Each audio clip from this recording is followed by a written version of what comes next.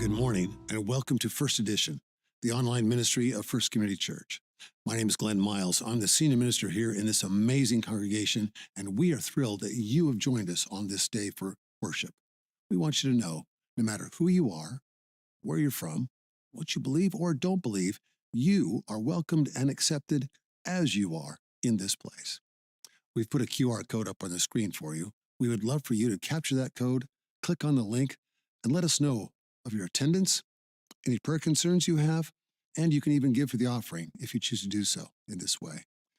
Today, I'm continuing part 2 in my sermon series, The Shape of Love. We're looking carefully at the life, preaching, and teaching of Jesus. In fact, in this congregation, when we interpret God, we do so by looking at Jesus, not through fear-based theology, instead through the love and grace that Jesus proclaims and preaches. I'm looking forward to sharing this sermon with you. Let's go together now to worship.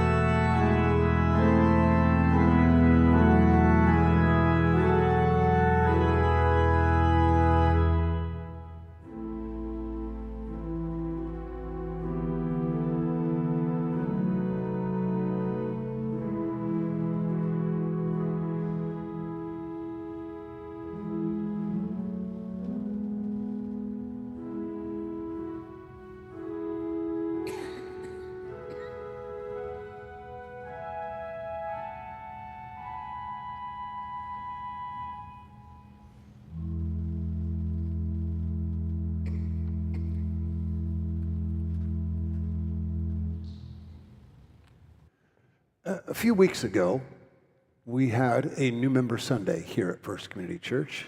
Across all three of our services, we welcomed new members in. We do that by asking two questions. The first one is, do you trust in God? If so, please say, I do. The second question is, do you trust in God as revealed in the life, teaching, and preaching of Jesus the Christ? If so, please say, I do. So far, every time we've used these questions, no one has said, I don't. It's working just fine. Thank you very much. We base this idea on John 14:1. We'll get to John 14:6, which was just read a moment ago. We'll get to that later. But in John 14:1, Jesus says to his disciples, and by extension to us, let not your hearts be troubled. Believe in me. Oh, it's a beautiful word. Let not your hearts be troubled. The world may feel like it's on fire. It may feel like every day the newspaper brings us something new, something difficult. I don't know about you, but I wake up early in the morning around 5 a.m. or so. When I go to turn on my computer and hit the news sites that I read, I kind of lean back and cringe to see, what happened overnight now? Let not your hearts be troubled, Jesus says to us. Believe in me.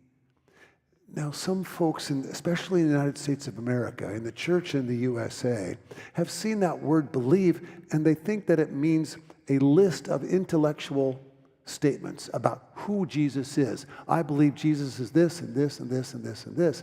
And by doing that, they've then created a clear path for them to make their way to the presence of God when they die. As long as you believe these things, then you will eventually make your way to heaven. But if you don't believe these things, then you go to somewhere that's hotter than Phoenix when you die. Yeah, thank you. The choir is appreciating the humor. But that's not what it's about at all. It's Marcus Borg, the great theologian, who helped me see that the word in the Greek for believe is pisteuo. In this particular text, in John 14:1, it's pisteuete, which means you believe. It's almost in the imperative. Let not your hearts be troubled because you believe. What it literally means is you trust. You trust. Let not your hearts be troubled because if you trust in my way and live in the way that I'm calling you to, you'll experience something of the presence of God in your life. Let not your hearts be troubled, but trust. Borg goes on to say, Marcus Borg, that theologian, goes on to say that what's happening here in the Gospel of John is an invitation not to create an intellectual understanding of who God is or who Jesus is. Rather, it's an invitation in a mystical way to be in a relationship with God as revealed in Jesus. And that's why we ask if you trust in God. And do you trust in the God who is revealed in the life and the teaching and the preaching of Jesus? And does that teaching then help you, not just on Sundays, but on Monday through Saturday? Consider some of Jesus' teachings. We won't go into all of them, but just a few. In the Sermon on the Mount, Jesus says to them, love your enemies and pray for those who persecute you. In the abstract, that almost feels easy to do. There might be somebody on the other side of the world who wants to attack the United States of America, and maybe I can think to myself, well, I'll love them. Yes, I have to love them because Jesus tells me to. But what about somebody in your family or your circle of friends who's on the other side of your political fence, who you disagree with vehemently, because sometimes it feels like they're almost an enemy to the way you think? Can you love them and pray for them? In the Sermon on the Mount, Jesus calls on us to be peacemakers. Blessed are the peacemakers, he says. Can we work for the things that make for peace? In another text, Jesus is quite clear. Those who live by the sword die by the sword.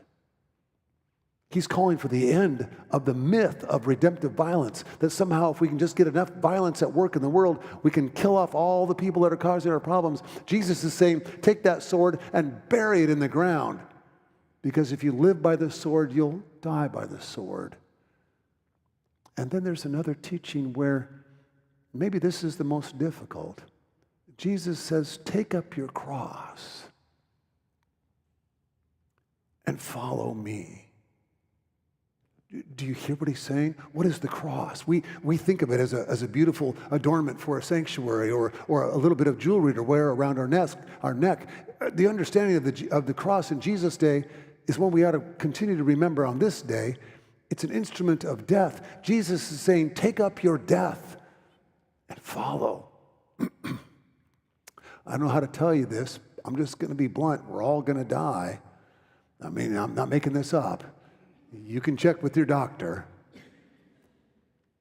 Jesus is saying, pick that cross up and in your death follow me, trusting, believing, hoping that I'll be present even in your death.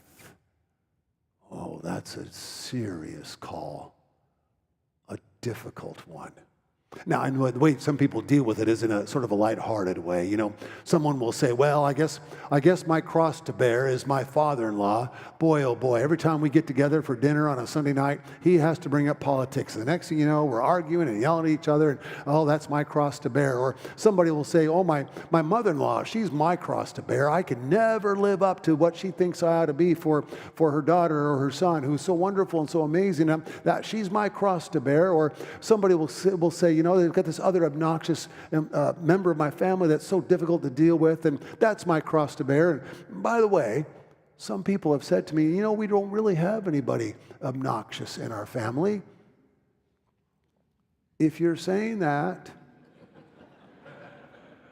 it might be you. I'm your pastor. I'm here to help.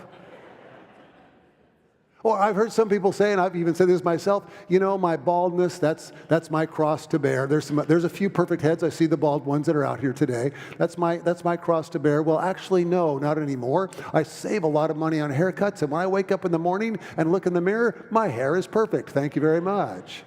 So that's kind of silly. Or maybe we say, you know, I'm a fan of this team or that team, and they never win, and they always break my heart. Yes, I have teams like that as well. We say all that. I've said those things. Because maybe this idea of picking up our own cross and following Jesus really is difficult to consider. It goes back to the day that Jesus is about to be crucified and he was forced to carry his cross through the streets of Jerusalem. You can follow the traditional path if you've ever been to the ancient city of Jerusalem. It's called the Via Dolorosa, where Jesus carried his own instrument of death through Jerusalem to Golgotha, to the dump where his cross would be erected. Oh, pick up yours and follow. But if we look at it in a mystical way, if we consider it, what is the mystery of the Spirit saying to me? It's a way of saying, oh, in your death and in your dying, God will be present with us. It's the promise that even in our own deaths, in our own carrying of our crosses, God does not abandon, but God is there with us every step along the way. The cross then becomes not a symbol of anger, Brian Zond says, but a symbol of God's love. What a beautiful and amazing promise that is. Maybe that's a way, that mystical way is a way for us to read the entire Bible, especially the text that we heard earlier from John chapter 14, verse 6 and following. Do you remember what the text was? I'm the way, the truth, and the life, Jesus says. No one comes unto the Father except by me. I am the way, the truth, and the life. No one comes unto the Father except by me. Now, our friends in more conservative churches will say, you see, there you go. It's very clear. Take this literally. You got to follow Jesus, believe in Jesus, or you don't get to go be with God. You won't be with the Father. I would suggest to you there's a mystical reading. Jesus' way is true, and it leads to life. Following in the way of Jesus is true, and that brings us into life now, and God will take care of us in eternity. And I've shared that at First Community before, and I've heard from many of you about how important that is as a way to understand that verse, but still, someone will say, but what about the second part? And I will say, please read it mystically. mysteriously. Hear what Jesus is getting at here. He's inviting us to see that we're invited now to be in a relationship with God today. Not just about heaven someday, but today. Most of the time when Jesus talks about salvation, he's talking about today, now. Today, salvation has come to your house, he says to Zacchaeus, the tax collector who's a traitor to his country. Jesus says to him, today, not someday in the future if you believe the right things. Today, salvation has come. If we read it this way, all of a sudden the Gospel of John becomes this beautiful document that invites us into a mysterious relationship with God that transforms our hearts and our minds. I mean, go back to the very first verse in John chapter 1. Maybe some of you know it from memory. In the beginning was the Word, and the Word was with God, and the Word was God. If you know what that means, would you send me a note, please? It's not simply described. You can't explain it in a couple of sentences. It's an invitation to ponder the vastness of the universe. And what does it mean that in the beginning the Word, Jesus, was there and present? How can that possibly be? And now consider the beauty of that in that mysterious way. And by the way, when people get stuck on John 14:6, I'm the way, the truth, and life, and no one comes to the Father but by me, I always remind them of John chapter 10, verse 16. Do you know that from heart? Probably not. It doesn't get quoted that much. Jesus says, I have other sheep. Baptists and Presbyterians and Methodists and Roman Catholics and Buddhists and Hindus and atheists and people who are agnostic and others who just don't know for sure and are filled with doubt. I have other sheep. And what it is it's a promise from Jesus' very lips that God will take care of everyone. We just need to worry about ourselves because the Gospel of John was written to a church. 70 years after the resurrection, John wanted the church, his church, to know that we follow in the way of Jesus. And here's how important that is. Are you worried about others outside the church? God will take care of them in a beautiful way. But for us, it's about now. And what it is, what we see here is a promise of God's amazing and powerful and beautiful grace given to the world, not just to us, but to the world. Consider this from the book by Philip Gulley titled, If Grace is True. He says that when we all gather together in the resurrection, in eternity, we'll be seated at the final banquet. It's a metaphor, just run with the story here. He says we'll be seated at that final banquet, and on our left will be the person who harmed us the most. On our right will be the person we harmed the most. Gulley says we'll sit in heaven between grace received and grace required. Between grace received and grace required. And then Paul writes to the church in Colossae, Colossians chapter 1. Did you hear it as it was read this morning? How clear that word was? Jesus is this and this and this and this and all these things. And God chose through Jesus to reconcile all things. I looked up the word all. Do you know what it still means? All. Thank you. The choir knows. They've heard this sermon before. All means all things, not just us, all people, not just followers of Jesus. All people will be ultimately reconciled to God. All things, not just people, but all things, mountains and trees and rocks and hills and oceans and valleys and mountains and more. This morning at 7:30, right over there in my office, I was deep into the rehearsal of my sermon. I think I had it pretty much down by 7:30, and I saw a flash run by my window. I looked out, and there were about 6 deer. I think there was 1 male and 5 female. And they were younger. They were young adult-like, I guess. They were jumping and bouncing and chasing each other, having a grand old time. And I literally preached to them and said, all y'all, I want you to know, eventually God's going to reconcile all of you together again with all of us. And the deer stopped and looked at me. And I said, no, really, I'm serious. That's the promise, is it not? That's the beautiful promise that all will be reconciled. Brian Zahn says that the cross reunites heaven with earth.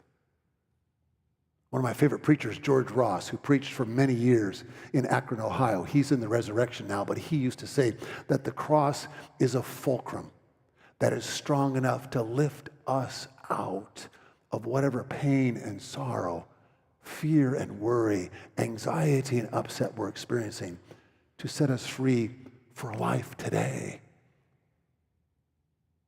in a life of joy. I'm reading more of Miroslav Volf this day, one of my favorite writers. He's on the faculty at Yale Divinity School, a brilliant man. He tells a story about his friend Esther. When Esther was 9 years old, her mother abandoned her and the rest of the family. She was a raging alcoholic. She chose the bottle over her children and her husband, left them all behind. When little Esther was 9, experiencing the loss of her mother in this way, she made a promise that she would never call her mother. She would never write her mother. She would never try to look her up and visit her. She was angry, sad, upset. Can you imagine? Can we understand? 9 years old. Mom left for her affair with the bottle instead. Years pass. Esther is in her 20s. She decides it's time to look for her mother. She regrets the promise that she made to herself, told no one else, but made to herself, and she wants to reconnect with her mom. She spends some time looking around, talking to friends, looking her up. She eventually figures out that her mom has moved back to the same little town in Iowa where they all grew up, when they were all together. Mom has moved back to that town, and so she finds her address, makes an arrangement to take a trip there, drives to this little town in Iowa, walks up the walkway to the door, knocks on the door. Mom opens the door, recognizes her little girl immediately. Esther is overwhelmed with emotion, can't say any words at all, and there's this beautiful embrace with tears and more. Oh my goodness, Esther, it's so good to see you. It's so great to see you. And her mom says, let's go driving around town. I'd like you to introduce you to all my friends. And so they make all these stops all over this little town where she's introducing her daughter to her friends who had never met her before, at least don't remember her from many, many years before. It's 17 years later, and they're reconnected, and it's beautiful and amazing. And they stop at a little diner and have a marvelous meal. And then they go back home. And they sit in the living room. And Esther, who's sitting in a chair across from her mom, says, Mommy, will you forgive me? When I was a little girl, I was so angry with you, and I made a promise that I would never call you. I made a promise that I would never write you. I would never, ever visit you. Will you forgive me? And her mother responded immediately, oh, Esther, of course, I forgive you. I forgive you. I forgive you, sweetheart. And then there's silence. You see, Esther thought, by her asking her mother for forgiveness, for the promises she'd made before, that her mother would then ask Esther for forgiveness. But there's nothing but silence. And so Esther gets up out of her chair. She walks across the living room floor. She walks over to where her mom is sitting. And Esther sits at her mother's feet. She reaches up and takes a hold of her mom's hand. And she says, Mommy, I forgive you. I forgive you. I forgive you, Mommy. And her mother bursts into tears and immediately responds, oh, honey, I'm so sorry. I'm so sorry. I'm so sorry. And their tears become a baptism of renewal. And Esther realizes in that moment, her mother's behavior before was so painful, so awful, so filled with rage and worse. that she couldn't come to faith to say the words, I'm sorry, without hearing first the words of forgiveness. The cross is not a symbol of God's anger. Jesus is not being punished on our behalf. The cross is a sign and a symbol of God's love and God's willingness to enter into our deaths, yours and mine, to carry us home finally to the place named forgiveness and love. May we find the courage to walk in that way with God. Thank you for joining us for worship. I trust that you were inspired by the message and moved by the music. Today, we're putting that QR code right back up there for you again. We'd love to hear from you. If you haven't yet registered your attendance, please do so. If you have a prayer concern, please let us know. We would love to be in prayer with you every day this week. And then finally, if you feel moved, consider giving a gift towards our congregation. As you can imagine, it takes quite a bit to fund these ministries, to be able to share the love of Christ around the world. We'd love for you to partner with us as we do that very thing. In the meantime, have a beautiful and blessed week.